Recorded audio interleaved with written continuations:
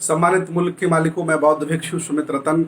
अभी हाल ही में साक्ष्यों को आधार न माना, एविडेंस को आधार न माना और सुप्रीम कोर्ट ने देश भारत के तमाम हिंदुओं के पक्ष में निर्णय दिया और राम मंदिर बनना शुरू हो गया। जैसे ही अयोध्या में खुदाई शुरू हुई, जमीन समतल की गई, वैसे ही नीचे सम्राट अशोक के जमाने के लाट, तथागत भगवान बुद्ध की मूर्तियां, शिलापट और तमाम पिलर निकलने शुरू हो गए। कम से कम झूठ के आधार पर ये बुनियाद न बनाए, सत्य कहते रहें कि नीचे बुद्ध विहार है, वो कभी शाकित था। आपने पूरी नदी को घाघरा कर दिया जो कभी सरयू कहलाई। कम से कम सत्य कहते रहें, तो कम से कम आने वाली जो पीढ़ी होगी वो झूठ के सारे नहीं जिएगी। आपने मनमानी तरीके से जो काम कर लिया, मुझे मालूम है कि आप पावर में हैं, अधिकारों में हैं, कर रहे हैं, लेकिन आने वाली पीढ़ी माफ नहीं करेगी।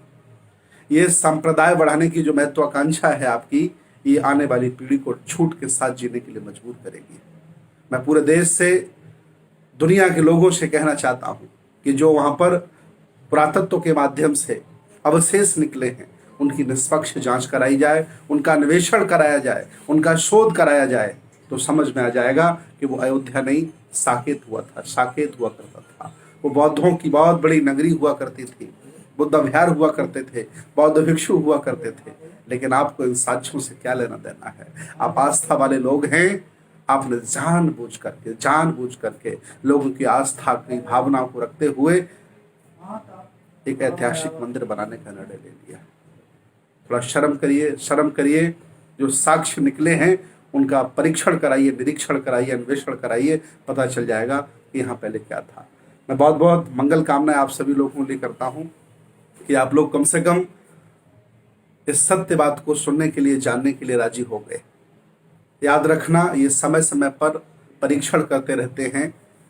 अल्पजन समय समय पर ये परीक्षण करता रहता है कि बहुजनों में सहन करने की कितनी क्षमता है। वो धीरे धीरे तुम्हारे अधिकारों को लूटेगा, धीरे धीरे तुम्हारे साथ अन्याय करेगा और आप बर्दाश्त करते चले जाएंगे। वो समझ जाएगा कि तुम्हारा खून ठंडा हो गया है और वो बड़े अत्याचार करने लगेगा। और वही देश भारत में हो रहा है। जाग जाओ बहुजनों, जाग जाओ, नहीं अल्पजन तुम्हें कहीं का छोड़ेगा नहीं। बहुत बहुत धन्यवाद, बहुत बहुत मंगल कामनाएं आप